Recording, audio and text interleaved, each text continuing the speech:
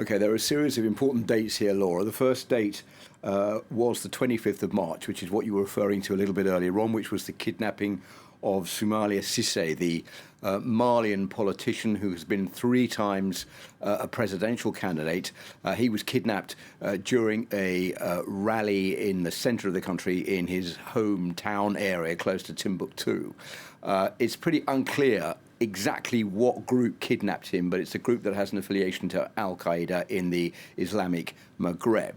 Then the next important date is the 18th of August. That is when Ibrahim Boubacar Keïta, the president of Mali, was overthrown by the military in Mali. They were blaming him of incompetence and not being able to lead the country correctly, and saying that they were acting on behalf of the people in the street.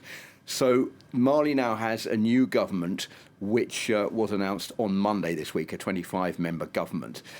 There was a lot of pressure both on Ibrahim Boubacar Keïta to get Soumaïla Cissé released, but the two men didn't get on and they were rivals, and there were even rumours at the time that it was Ibrahim Boubacar Keïta who had him kidnapped to take away the threat that he could topple him from becoming president again of Mali. That has never been proved, of course, but the new military-backed government has managed to release him, and Sophie Pétronin was an additional hostage who was also in the package, if you like, as a bargaining chip to get released in exchange for the release of at least 200 jihadists by the Malian authorities. So at the end of the day, what do we have here? We have a victory for President Macron, because President Macron has obtained the release of Sophie Pétronin.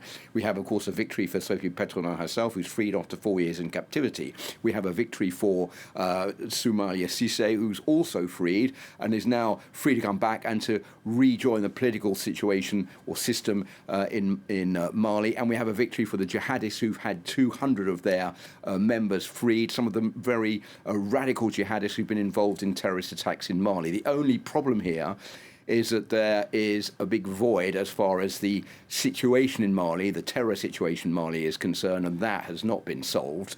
In any case, maybe even exacerbated by the freeing of these jihadists by the Malian government this week. So what then does this mean for the relationship between France and that new government in Mali? Victory for President Macron. We're going to see Sophie Pétronin coming back to Paris very shortly. She's going to be met by the French authorities at the airport. There's nothing better for the French to have this situation of a hostage who's been in captivity, the last remaining hostage coming down the steps off a plane. It's all great stuff on TV.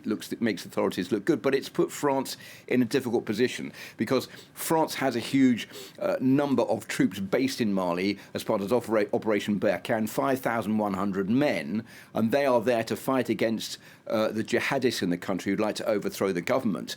Now, the problem is that the French now owe a favour to the Malian government, who has freed 200 jihadists, some of the most radical, which the French authorities have sent troops there to fight against. So it's put France in a very delicate position vis-à-vis to their relationship with the government in Mali, and also with their fight against jihadists in the country.